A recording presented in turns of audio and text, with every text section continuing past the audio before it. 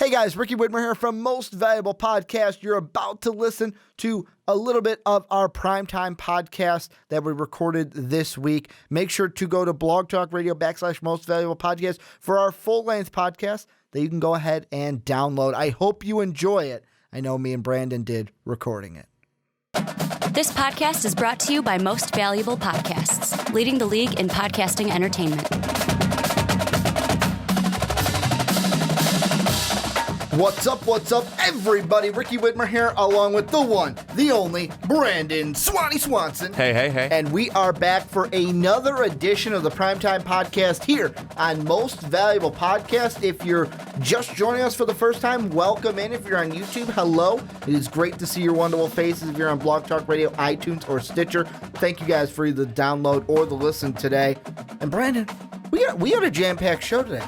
We got a pretty jam-packed show. We're going to be talking about Malik Zaire and the Texas Longhorns. Could they be the right fit for Zaire? We're going to dive into the 2018 NFL Draft, kind of a little series that we're going with here during the offseason for football. Looking at some prospects today. We're going back to the quarterbacks, looking at Luke Falk. And then we're going to end everything with your favorite team, or one of your favorite teams, I should say, is Alabama lost a big commit from the 2018 recruiting class. And we're going to look at that and say, since they're down to 2 recruits right now, should we be worried about the Crimson Tide for the 2018 recruiting class? But Brandon, we're going to start with Malik Zaire, played for your other favorite team, your Notre Dame Golden Domers. And according to Texas beat writer Anwar Richardson, he says that Malik Zaire has whittled the list down to 2 programs, and that Texas is one of them. The other 4 schools, or 3 schools, I should say, that are at least in the running for that other spot, Florida, Wisconsin, and Harvard. So, Brandon, I'm just going to start it off by asking you plain and simple. Is Texas the right fit for Malik Zaire?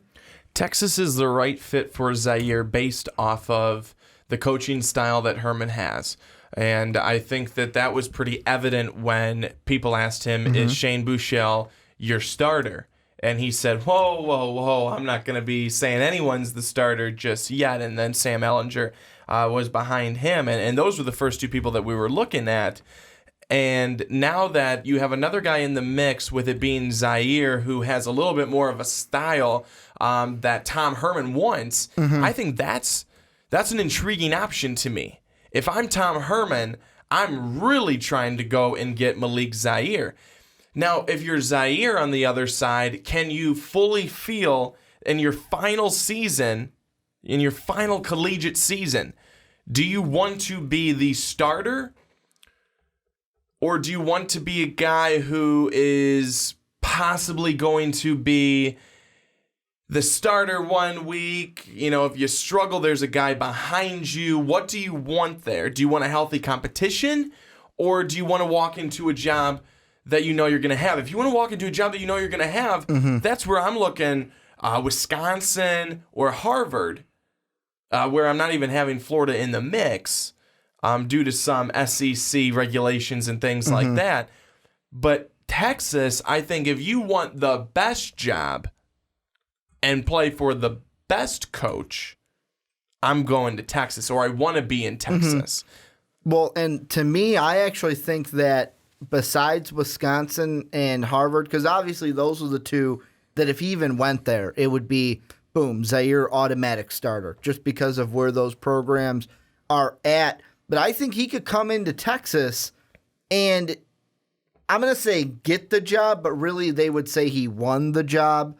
Although it would be, to me, Tom Herman will look at it and go, well, that's my quarterback. Because you look at the guy that he had when he was at Houston, he had Greg Ward Jr. And Greg Ward Jr., kind of the same tools that Zaire has. It's not just the arm, but they can get it done with their legs as well. And I mean, you look at his time at Ohio State as well, just looking at the last year at the Ohio State, who were the top 2 quarterbacks that he had that year? J.T. Barrett and Cardell Jones, 2 guys that it wasn't just their arms. They could do it with their legs as well, as J.T. Barrett had not only 2,834 passing yards, but he also had almost 1,000 yards on the ground, going 938 in that season. So if I'm Tom Herman, now it becomes clear of there might have been a reason. When we talked a little while ago earlier this offseason, when we said, you know what, is Shane Buechele, should he be the starter? Back then I was saying, well, for sure, because I was looking at who was on the roster. I wasn't thinking about who could potentially join. And when you're the head football coach, I'm assuming during this kind of pseudo recruitment for Malik Zaire, because even though he's graduated from Notre Dame, he still has that year of eligibility left. If Tom Herman knew that, hey, there's a possibility we can get Malik Zaire, to me it kind of makes those comments where he said, well, whoa, like you said, whoa, I'm not going to name a starter yet. Now it becomes clear why he said that, why he's not ready to just throw Buechele in as the starter for the Longhorns. And I think that's probably a good thing for him not to want to do that. I understand why he did that. I like Shane Buechele last year. I think that you still have him. You still have him around for 3 more years, possibly. Possibly if he stays every single year. But also Tom Herman, he's been known to work with these quarterbacks who, you mentioned them, J.T. Barrett and Greg Ward Jr. These guys aren't just sit in the pocket passers. They don't do that, and neither is Malik Zaire. And I think that when you look a little bit more at Zaire and what he can do, and yes, he's had he really his entire time at Notre Dame has been up and down. He's had injuries. He's not been the full starter. And I think the good question that SB Nation Texas poses at the end of one of their articles is, does Zaire want to compete or does Zaire want to start? And that is an awesome question, a question that he needs to be asking himself. Because, again, if he wants to start, if he wants to be the unquestioned starter, Wisconsin or Harvard, and I'm going based on the schools that are being reported that he would be going to, that are in the running: Texas, Wisconsin, and Harvard. And now, if you want to compete and have the still opportunity to start, Texas is your spot. And I think that Tom Herman will probably give a really hard run at Malik Zaire. It only makes sense based on the comments he made about Buechele and the past quarterback history that he's had. And if he has the opportunity, even if it's a year, for him to be able to really turn Texas around, I think that's another thing, is that Texas has been just mired kind of in this ever since Mac Brown. Yeah, it's been mired in this complacency, this very average play. And if he has an opportunity to, in his first year, every coach, everybody in their first year wants to make some impact. And he only has that one. And if he has the opportunity to do that in his year one with a guy in his final year, I don't think that's a bad thing to do. I don't think that's a bad move to make, because if you can get the Texas pride, excited again about their Texas Longhorns in year one of your regime, get them on board to buy in again as Texas Longhorn fans, that's a good thing. Well, and I mean, I even look at it like ever since the last few coaches, and when I said he only had one, I thought you were talking about Zaire. Right after I said that, I thought, oh, well, he's talking about Tom Herman, so I just wanted to clear that up. And with the other coaches before, Charlie Strong, it's kind of been, it was like, Texas. You had some high hopes. Like last year, they have that big game, that big win over Notre Dame, and you think, fuck, Texas might be for real. And then they show their true colors. Even with Mac Brown, it was throughout Mac Brown's career, pristine coach, brought them to a national title game, although they lost to Alabama.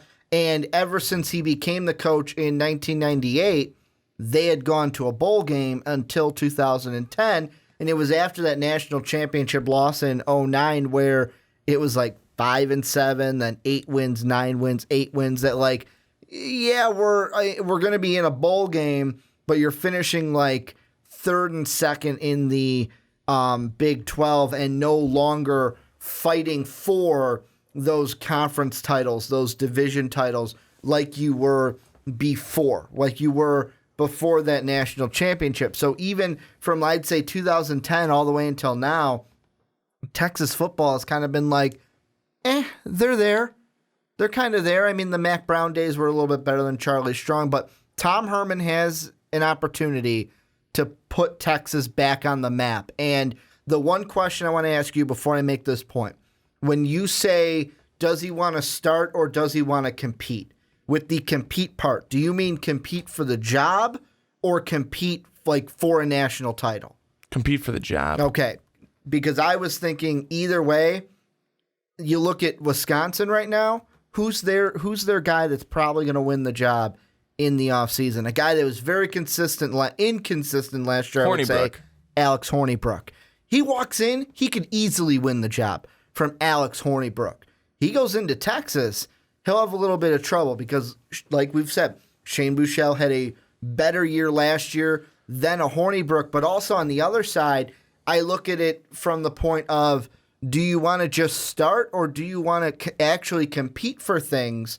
And if he becomes a starter at a Wisconsin, I don't think they make much of a ripple. If anything, they might win their side in the West. They might win the West, and then whoever they go up against, Michigan, Penn State, or even Ohio State, they'll just lose to them in the Big Ten title game. So I don't think Wisconsin would be a good place for him to compete. If he goes to Texas, though, Texas could be in a prime position to compete for, I'm not even going to throw out the playoff because I think it would be a little bit ludicrous at this point to put a Big 12 team in there, although I know Oklahoma was in the running last year and went to the playoff 2 years ago. I just don't think that the Big 12 is going to be strong enough this year to get to the college football playoff again. But if he goes to Texas and wins that job, because obviously he'd have to compete for it, with him at quarterback and with him in a Tom Herman system, that could be a big thing to where he might be able to help Texas win the Big 12. Okay, now that's a little out there, I think, because Malik Zaire is not as good as a Mason Rudolph, and he is not as good as a Baker Mayfield. Let's get that straight. Yeah. And because of that, they will not win the Big 12. I think that could he have them in a top 3, a top 4 to compete with West Virginia for that spot? I think so. I think he could probably do that, but I think that as long as you have Mason Rudolph and those pieces, Baker Mayfield and his pieces, of course they've lost some guys along the way, even from this past year, but I think that still, those two guys at quarterback, they're so dangerous by themselves. You give them talent at wide receiver, it makes them that much better. I think it's really hard for me at least, to be able to then say that even with Malik Zaire, that he could be the one to push them over the hump for number 1 in that Big 12. I don't see that. But I think another thing, too, that we're overlooking a little bit is the fact that Texas, as much as we have said Tom Herman really likes this style of quarterback and stuff like that, but look at what Shane Buechele did last year. Look at the records he broke. I mean, true freshman. And I think that this kid, and I've said it in a number of podcasts, he has so much growth potential. He really does. And I don't think that you're at a loss if you end up, oh, well, we didn't get Zaire. Well, we have Shane Buechele. Good. You have Shane Buechele. That's really good. He's got a lot of room to be able to grow. So I don't want to push that off like, Shane Buechele, You can get Malik Zaire, and he's so much better than Buechele. I think that when you look at it, it's Tom Herman might be able to do a little bit more with Malik Zaire because Zaire already comes with another aspect of his game, whereas Buechele just doesn't have that. He's more that pocket passer. Will run a little bit, but not a lot. And I think that, honestly, either way, if Texas gets Zaire, does not get Zaire, they still have a chance to be one of the better teams in the Big 12 this year because they have, I think, a better overall coach. Charlie Strong just got a short end of the stick. He really did. Not a bad coach. Not the right coach for that team. And that's the one thing. I think that Tom Herman is a better coach for that team, and I think maybe more people can rally around him.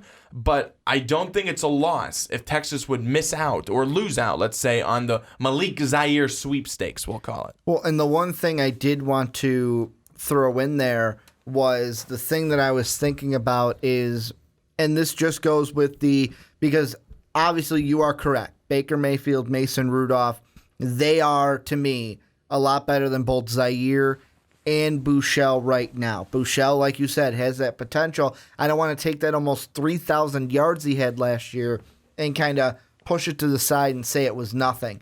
But the thing that I look at is those are two quarterbacks that there's a reason why those two, along with Luke Falk, who we're going to talk about later in the podcast, there's a reason why those two guys are in my running for fifth best quarterback entering the season when we get to like NFL draft prospects and talks like that. But one thing that just hit my head, and I want to ask you what you think about this, because maybe I'm drawing a comparison here from something that it is totally just its own separate thing, and we don't even have to look at it, but it just popped into my head. Who is another Notre Dame quarterback that transferred somewhere after they had a big quarterback? Well, they had a big quarterback leave. He went to the NFL draft, and he split time with I'll give you a hint, Sean McGuire was the quarterback he split time with. Do you remember what quarterback? It was the first primetime podcast we ever had. We talked about Everett him. Golson. Everett Golson. Is this a case where this is like Everett Golson, where Malik Zaire, we're talking about where will he go? Is Texas the right fit? And then he goes somewhere and it's like, well, the guy that they have is the right guy. And he's the one that ends up either being the guy, or it kind of is like Buechele and Zaire split time, and neither of them were the starting quarterback, or the true starting quarterback. We won't. I don't think that we'll know until it happens. Until the season's over. I don't think we'll know until it happens, and we can look. I mean, but look at what happened with Everett Golson too, though, is that he struggled, he got hurt. It wasn't a real good run for him with his new squad, and I don't think that.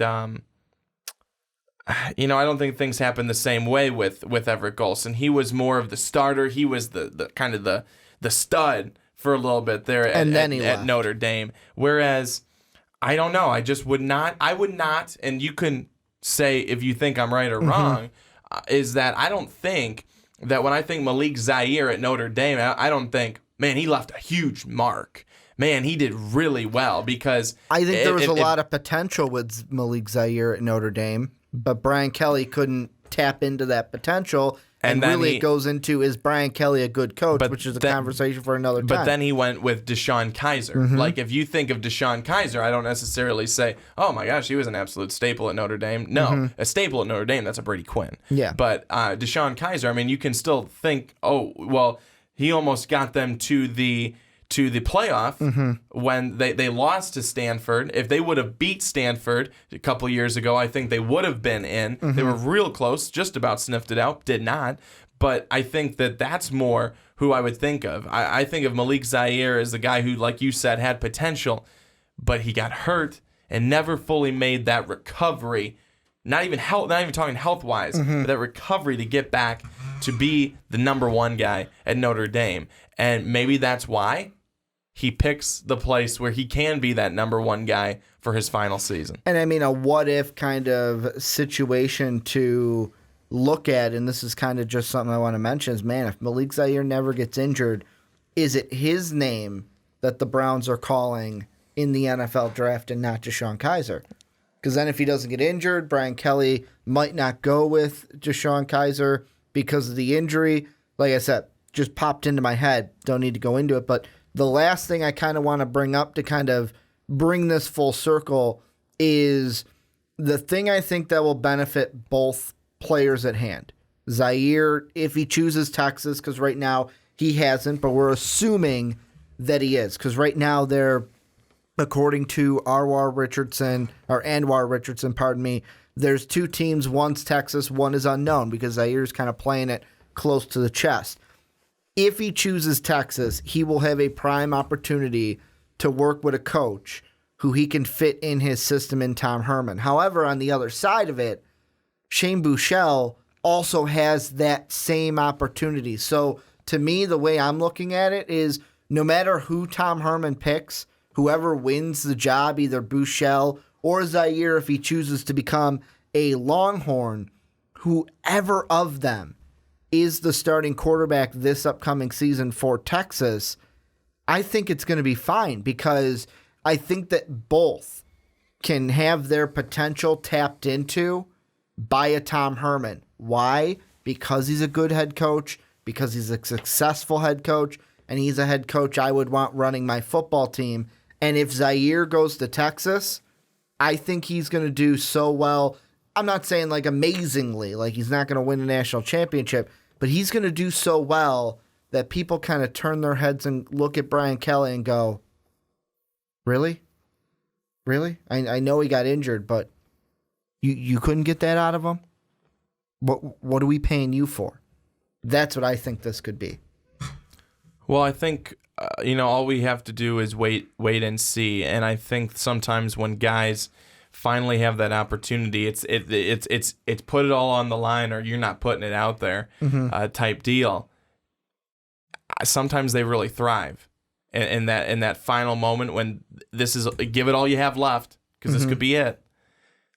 That's when some guys do thrive, and that's when you kind of see which ones are the game changers. And I think Malik Zaire could be one, but we don't know because we really haven't seen yet. And one of the last points I will say before I throw it on to them is Everett Golson, who we did mention, was on that 2012 team that lost the national title to Roll Tide, Alabama. So he was on that team, was able to experience that kind of lucky him, decimating loss. But this is where we turn on to you guys. What do you guys think? Malik Zaire, is he a right fit, or is he the right fit for Texas? And if he does choose the Longhorns, who do you think is going to win the job? Shane Buechele, Malik Zaire, who do you think would be a better quarterback this year to work under Tom Herman? Let us know down below in the comments section. Well, thank you guys for checking out this video from the Primetime Podcast. If you want to check out more, click right over here. The video's right over here. Check it out. Check it out. Check it out.